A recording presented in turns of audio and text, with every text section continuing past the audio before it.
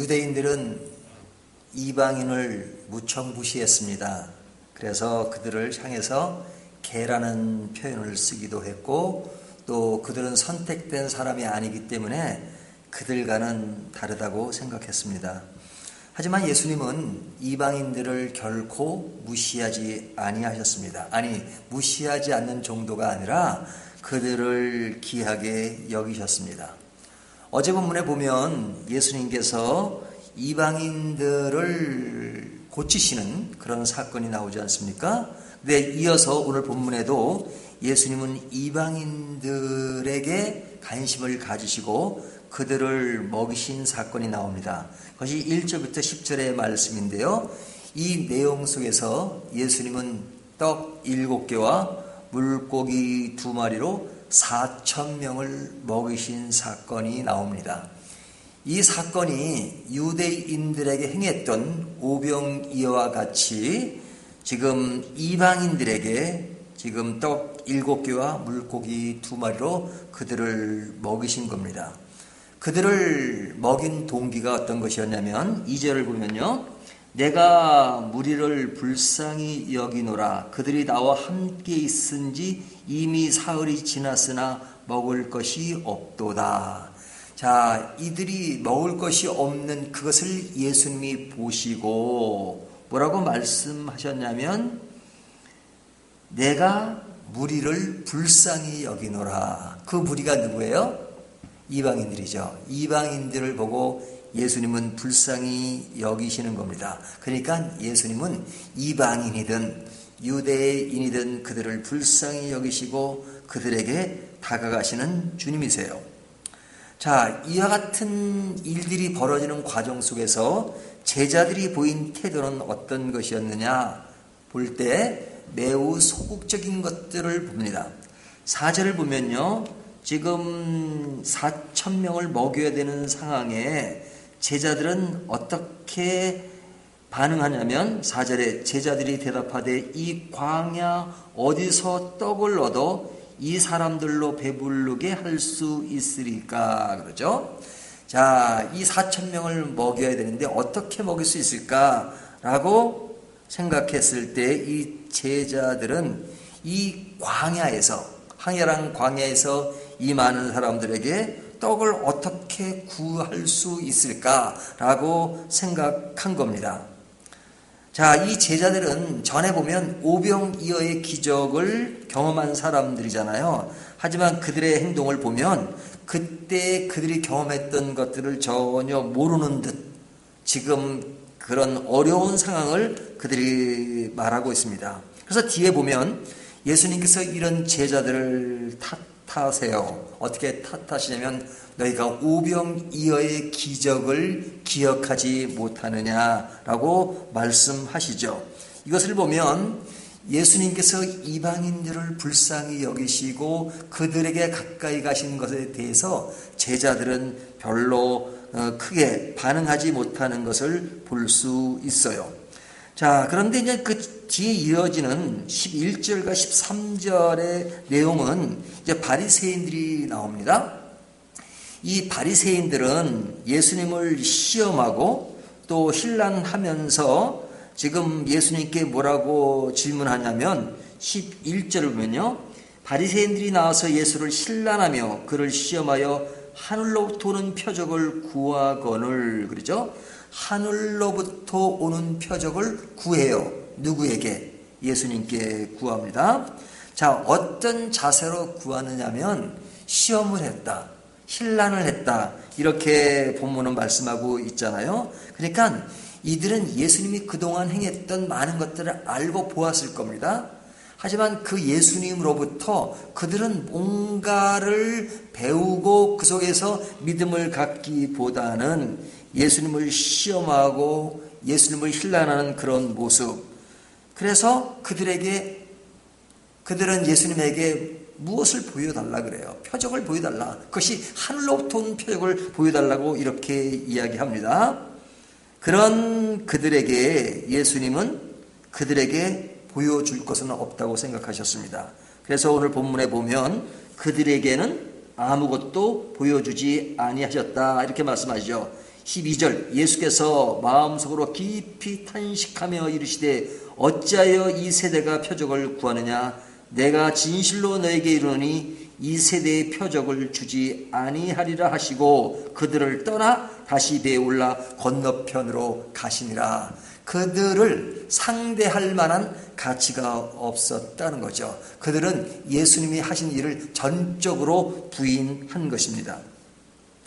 자, 그러니까 예수님이 이방인들을 보고 불쌍히 여기시는 것을 보고 4,000명에게 보이는 것에 대해서 또 이와 같은 일들이 계속 일어나는 것에 대해서 제자들은 그 일을 처리해 나가는 것에 대해서 소극적이었고 이 바리새인들은 예수님이 하시는 일에 무관심할 정도가 아니라 그들은 방해하고 그리고 그 비난하는 시험하는 그 선에 머물고 있습니다. 자, 이제 이 이야기가 나오고 나서 이제 14절부터 나오는 이야기는 이제 예수님과 제자들이 이제 배를 탔습니다. 근데 이제 제자들이 그 4,000명을 먹일 때 남은 그 떡을 가지고 오지 못했던 것 같아요. 그래서 14절에 보면 제자들이 떡 가져오기를 잊었음에 배에 떡 한 개밖에 그들에게 없더라 하는 이제 배경을 설명하고요. 예수님이 이제 그들에게 말씀하십니다. 뭐라고 하냐면 여기 보면 바리새인들의 누룩과 헤롯의 누룩을 주의하라. 그러니까 바리새인들이 하는 일에 대해서 주님은 경계하시고 그들이 어떤 모습의 자세를 가지고 있느냐 하는 것들을 제자들에게 주지시킨 겁니다. 하지만 이 말의 의미를 잘 모르는 제자들은 떡을 가지고 오지 않은 것에 대해서 예수님이 무엇이라고 말씀하는 줄 알고 지금 수군거리기 시작합니다. 17절 보면 예수께서 하시고 이르시되 너희가 어찌 떡이 없으므로 수군거리느냐 아직도 알지 못하며 깨닫지 못하느냐. 지금 예수님은 바리새인들의 누룩을 조심하라고 하셨는데 이들은 그 말씀의 깊이를 깨닫지 못하고 떡만을 생각하는 것, 그것에 대해서 예수님은 뭐라고 말씀하세요? 너희가 눈이 있어도 보지 못하며 귀가 있어도 듣지 못하느냐 또 기억하지 못하느냐. 그러니까 이들은 너무나도 많은 것을 보았습니다. 볼 정도가 아니라 예수님께서 능력을 주셔가지고 그들에게 기적을 행하도록 만지기도 했잖아요. 하지만 제자들은 그런 것들이 지나간 것으로 끝나버리고 그것을 제대로 알지 못하고 깨닫지 못하는 것에 대해서 예수님은 그들을 질책하십니다. 그래서 여기 보면 18절에 너희가 눈이 있어도 보지 못하며 귀가 있어도 듣지 못하느냐 또 기억하지 못하느냐. 뭘 기억하지 못해요? 뒤에 보면 오병이어의 사건을 기억하지 못하는 것, 떡 5개와 물고기 2마리로 5,000명을 먹여 사건을 너희가 기억하지 못하느냐 이렇게 말씀하고 있죠. 그러니까 이들은 정말로 알아야 될 사람인데 어떻게 알아야 되느냐 확실하게 알아야 될 사람인데 그 많은 것을 보고 있음에도 그냥 조금은 알아요. 이미 경험을 했으니까 또 예수님이 하시는 말씀이 있으니까 그냥 따라다니면서 예수님의 제자로서 그분의 하시는 일을 따라가야 된다는 생각을 하잖아요. 기본 자체가 예수님을 따르는 제자들이에요. 하지만 그들의 신앙이라고 하는 것은 아직까지 확고하지 않고 그냥 어떤 부분에서는 좀 아는 것 같지만 어떤 부분에서는 좀 분명치 않은 그 분명치 않은 것에 대해서 예수님은 너희가 아직도 깨닫지 못하느냐 이렇게 말씀하시는 거잖아요. 귀가 있고 눈이 있는데 그것을 왜 보지 못하느냐 이렇게 말씀하시는 겁니다. 자, 이런 질책의 내용이 지금 오늘 본문에서 나오고 있는데요. 자, 이 본문의 흐름이 그 4,000명을 먹인 사건에 대해서 바리새인들은 그것과 꼭 연계되는 것은 아니지만 예수님을 신랄하고 시험하고 그런 예수님이 하시는 모든 것들을 인정하지 않는 그 모습으로 나오고요. 그 다음에 제자들은 그런 사건들을 보면서도 그 사건의 의미와 또 그 사건의 핵심을 놓쳐버리는 그리고 그것의 진가를 모르는 그 모습. 그러니까 어찌 보면 반쪽 신앙의 모습이란 말이죠. 그러니까 오늘 본문은 이런 사건을 통해서 신앙이라고 하는 것은 반쪽 신앙이 돼서는 안 된다. 예수님은 확고한 믿음을 가지고 예수님이 하신 일이 무엇인가, 그것을 통해서 보여주는 것이 무엇인가 하는 것을 제자들이 알기를 원하시는 거예요. 그래서 이 글을 기록한 마가는 22절부터 나오는 이야기를 통해서 이것을 결론 내립니다. 이것이 결론이다 이렇게 딱 서술하지는 않지만 여기에 나오는 사건을 통해서 그것을 교훈하기도 해주고 있는데요. 그것이 뭐냐면 벳세다의 이름에 사람들이 맹인 한 사람을 데리고 예수께 나와 손대기를 구하거늘. 자, 맹인 한 사람을 데리고 나옵니다. 근데 예수님이 환자들을 고치실 때 말씀으로 고치기도 하고 어떨 때는 안수해서 고치시기도 하잖아요. 근데 오늘 본문의 특이한 점은 뭐냐면 이 시각 장애인을 고치실 때 어떻게 합니까? 맹인의 손을 붙잡으시고 마을 밖으로 데리고 나가사 눈에 침을 뱉으시며 그에게 안수하시고 무엇이 보이느냐 물으시니, 그러니까 이 사람이 쳐다보며 이르되 사람이 보이나이다. 나무 같은 것들이 걸어다니는 것을 보나이다 하거늘. 그러니까 지금 안수하셨는데 이 시각장애인은 확실하게 보이는 게 아닙니다. 사람같이 보이는데 그것이 나무 같다. 사람은 사람인데 나무 같다. 그러니까 확실하게 보이지 않는 것이죠. 그러니까 이렇게 보이지 않는 것에 대해서 25절 이에 그 눈에 다시 안수하심에 그가 주목하여 보더니 나아가서 모든 것을 밝히 보는지라. 두 번째 안수를 함으로써 그가 이제는 흐리하게 보는 것이 아니라 확실하게 보게 되었다 하는 것을 마가가 언급하고 있는 겁니다. 자, 이 이야기를 통해서 무엇을 이야기하고 싶은 거예요? 예수님이 4,000명을 먹이신 그 사건을 통해서 확실히 알고 그 의미를 깨닫기를 원하는 거죠. 하지만 그것을 부정하는 사람이 있는가 하면 제자들은 그 의미를 반쪽밖에 이해를 못한 것에 대해서 신앙이라고 하는 것은 반쪽 신앙이 존재해서는 안 된다. 확실하게 알아야 된다. 확고하게 믿고 나가야 된다. 그래서 이 시각장애인의 고침을 통해서 그가 1차적으로 안수해서 그것이 사람이 나무 것처럼 보이는 것은 확실히 병 고친 것이 아니었다.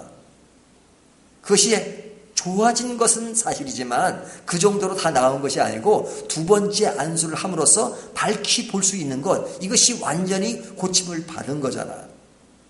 그러니까 이런 교훈을 통해서 확실한 것, 밝히 볼 수 있는 것, 그것이 완전히 고쳐진 것이다. 그렇다면 제자들의 신앙이 그냥 반쪽만 여기에 한 발을 디디고 저쪽에 한 발을 디디는 그런 어중간한 신앙이 아니라 확실하게 믿음을 가지고 확실하게 주님을 바라볼 수 있는 신앙, 그것이 분명해야 된다는 것을 다시 한번 설명해 주고 있는 것이죠. 오늘 말씀을 통해서 이 말씀이 주는 메시지는 무엇입니까? 또 우리들에게 주는 교훈은 무엇입니까? 우리가 믿는다고 하면서 반쪽의 신앙을 가지고 살아갈 때가 많아요. 예수님을 믿는다고 하지만 그러나 우리의 모든 시선은 세상을 향해 있고 그리고 나의 욕심에 젖어 있고, 그래서 스타일은 예수님을 믿는 스타일인데 그러나 아직까지도 불신과 어려움 속에서 의심 속에서 나갈 때가 얼마나 많습니까?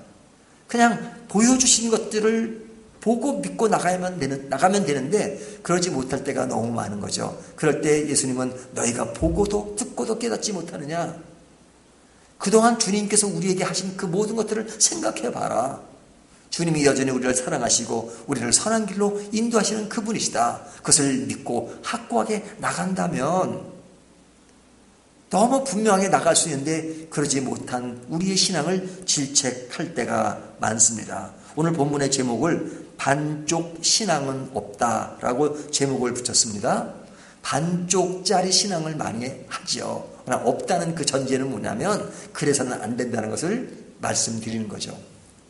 우리가 여전히 약하기 때문에 반쪽의 흐름을 가지고 때가 있습니다. 하지만 우리의 신앙의 자세는 확고해야 됩니다. 반쪽의 신앙을 갖는 것이 아니라 확실하게 주님을 믿고 확신 속에서 내일을 향해서 나가는 것이 얼마나 중요한 신앙인가 하는 것들을 더 살펴보면서 우리가 여전히 반쪽의 모습을 가지고 있다 할지라도 그 선에서 넘어서서 그 선에 머물지 않고 더 확실한 신앙으로 나가야 되겠다는 확고한 자세를 가는 것이 중요하다 하는 것을 오늘 본문을 통해서 더욱더 실감하고 깨닫고, 그래서 우리의 자세를 더욱더 아름다움으로 승화시키는 저와 여러분이 되시기를 주님의 이름으로 축원합니다.